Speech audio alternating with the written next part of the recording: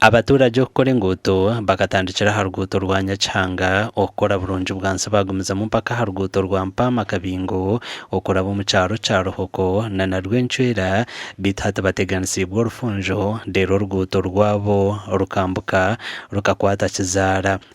Aitu aisya twenda tubanze tutandike hitwe nk'abantu ekintu ekituratandike nk'abantu tubanze tuworeke gavumenti ngu itwe ruyari nitwenda ki nitwenda ekintu kirungi nk'eki nitwenda omuhanda. Bamemba ba paramenti nitubashaba ngu batishakire ahaiguru batuteereho oburyo orutindo oru akwandwe n'amaani mingi ga gavumenti itwe nk'abantu niza kutaha obukono bwitu konka tiine ei burakomi.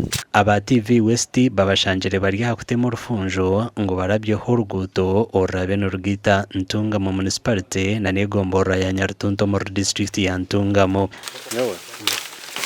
Aha twire hariho omwetororo kutora za Kitwa Nturegye abantu bingi baheganya konka twagwine oruguuto oru maani kireeta obusinge. Oruguuto oru rwine entaasya nyingi erikuruga omuri Kizaara seeru eri omu Ruhama kwija omu Rwencwera seeru omu municipality twinemu ishomero ryaitu rya Ruhoko Senior Secondary School. Nibagira ngu oruguuto oru rukaba rutuuraho okwiha omu myaka ya 8 ngu biita abashaija ebikaaka babire barabyaho amarwa na n'omwani abamwe kubafiira oruguuto rwafa. Oruguuto rukaba ruruho konka rukaba nirukozesebwa abantu babiri omugurusi owaaba rutata na n'omushaija akarihize abo boona omugurusi karihize akafa tata orutookye ryabaine yaruguza itwaba kugira ngu tukaba turyaberemu tutakubaasa kurukora twenka ninye nyine y'orutookye nyenka.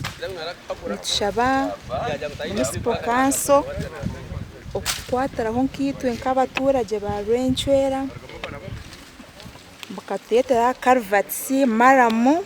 Omu makuru agandi gavumenti ya Uganda etandikire okutendeka abashaho mu district ya Kabale enkoransya eya karamagezi erikumanywa nka Electronic Medical Records EMR na n'ekigendererwa ekyokuhindura emiringo ogu barikuhandikamu abarwaire. Okutendekwa okw'ebiro bibiri kukorirwa hari Kabale University Innovation Hub kandi Ministry ya Tekinologiya n'ebyamakuru niyo yebembire okutendekwa okwo.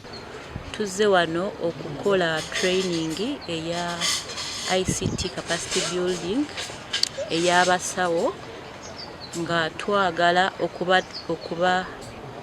okubawa skills ezinaabayamba